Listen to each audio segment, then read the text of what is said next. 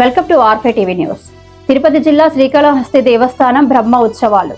ప్రముఖ పుణ్యక్షేత్రమైన శ్రీకాళహస్తీశ్వర స్వామి వారి దేవస్థానం నందు ఫిబ్రవరి 10వ తేదీ నుంచి జరగబోవు మహాశివరాత్రి బ్రహ్మోత్సవాల పనులను శ్రీకాళహస్తి నియోజకవర్గం శాసనసభ్యులు బొజ్జల వెంకట సుధీర్ రెడ్డి, దేవస్థానం కార్యనిర్వహణాధికారి టి బాపిరెడ్డి సంయుక్తంగా పర్యవేక్షించి భక్తులు వచ్చే క్యూ లైన్లను, విద్యుత్ దీపాలంకరణ పనులను, పెయింటింగ్ పనులను పరిశీలించారు.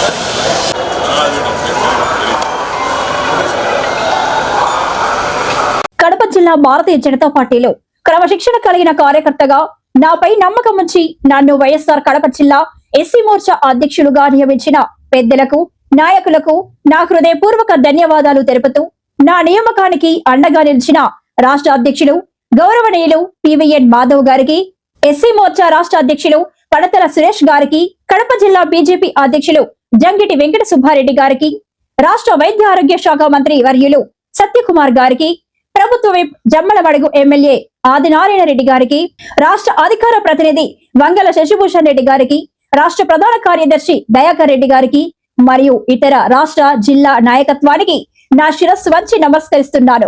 ప్రధానమంత్రి నరేంద్ర మోదీ గారి నాయకత్వంలో పార్టీ సిద్ధాంతాలను జన బాహుళ్యంలోకి, ముఖ్యంగా దళిత వాడల్లోకి తీసుకెళ్లడమే నా లక్ష్యం. అణగారిన వర్గాల సంక్షేమం కోసం, పార్టీ బలోపేతం కోసం నా శక్తి వంచన లేకుండా కృషి చేస్తారని ఈ సందర్భంగా హామీ ఇస్తున్నాను.